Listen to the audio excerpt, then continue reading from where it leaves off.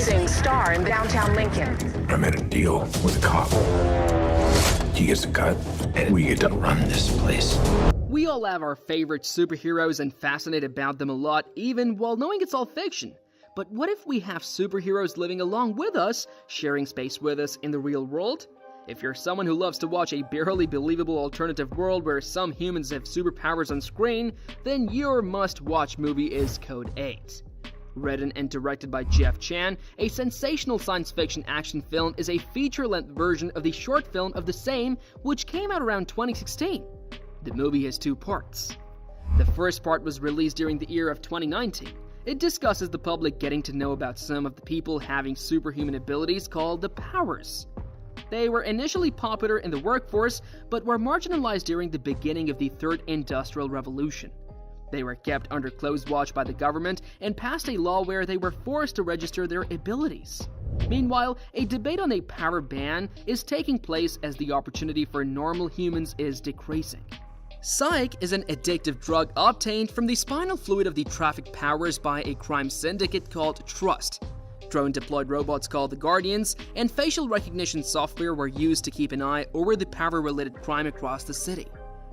Have you heard of electrokinetic or maybe cryokinetic?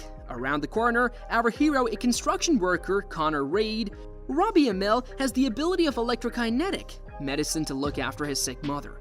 Mary, who is a cryokinetic, the police stops his work and his abilities were forbidden by the government.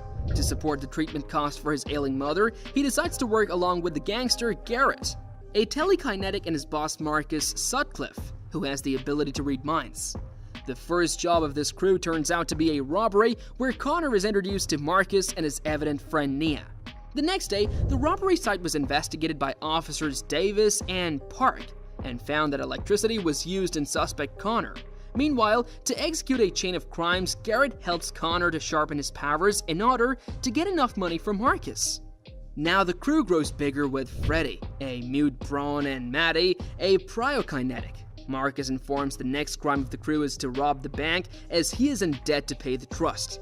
Connor, with his ability, breaks the vault, but unfortunately, only a tenth of the money is present.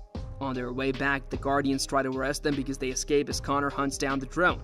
Marcus is deeply unsatisfied knowing this Copperhead, a Trust member, attempts to kill for not paying his debt back, and he is protected by his bodyguard Rhino, whose skin is bulletproof. And Connor finally kills her. During this, Connor gets a wound, and Nia now reveals herself as healer and heals his wound. Nia also expresses that she is just helping Marcus to ease his psyche addiction and to pay the debt of her imprisoned father. Davis and Park now bring Connor in for investigation, where they inform him that they will soon burn down Psyche's worth $4 million. Soon, Davis interrupts and provokes him by insulting his father, but Park cuts him loose due to insufficiency of evidence. Connor meets Garrett after the investigation and proposes the idea of robbing the Psyche transport confiscated by police, which is worth around $10 million. Accordingly, the crew blocks the transport in a no-fly zone to prevent the backup drones carrying Guardians, where Marcus's men lying in wait kill Maddie and Freddy lethally wounded. For the moment, Rhino flees away with drugs and betrays them. Connor blames Garrett that it is all his fault as he demands a huge amount from Marcus. They once again team up together to kill Rhino and Marcus, and Connor contacts Park and informs about Marcus's hideout, where they found him dead. Garrett takes hold of Psyche and pushes Connor to get Nia.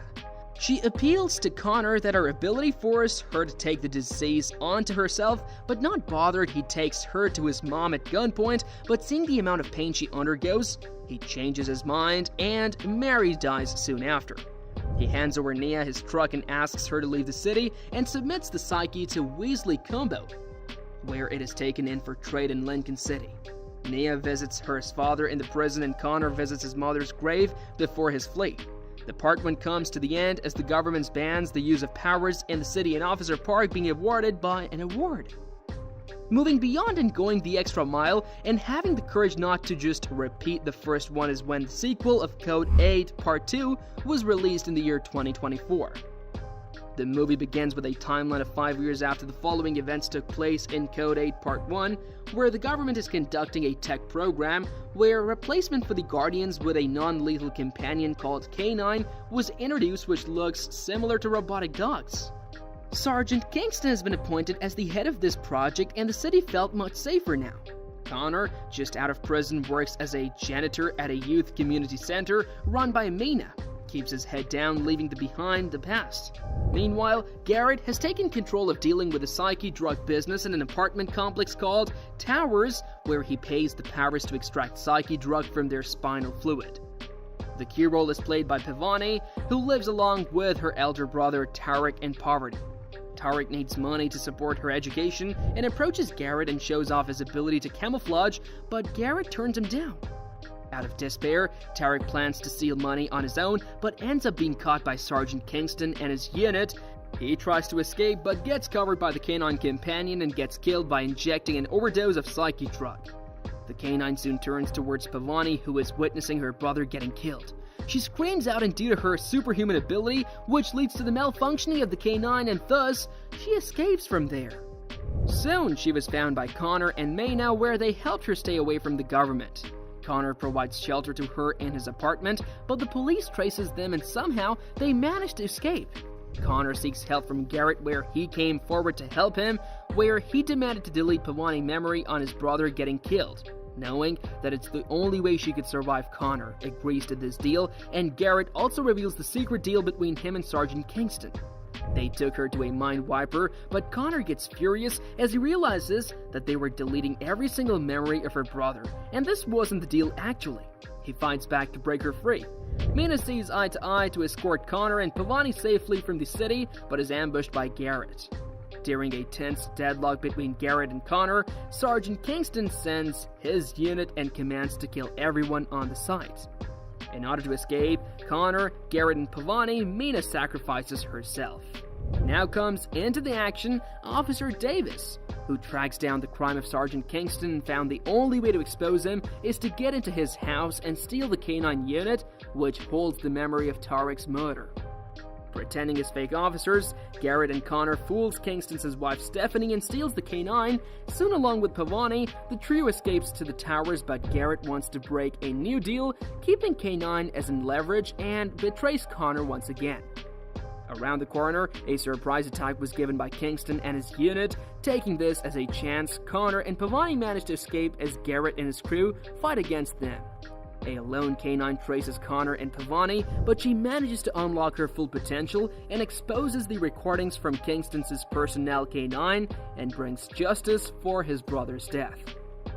The sequel comes to an end, showing the scenarios of 3 months later where Kingston was arrested, Garrett is in prison.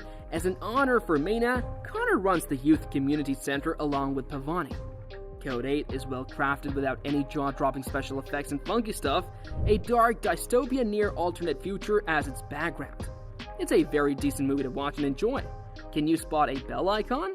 Please subscribe for more such interesting movie updates. Also, like, share, and don't forget to comment below your thoughts. See you all next time.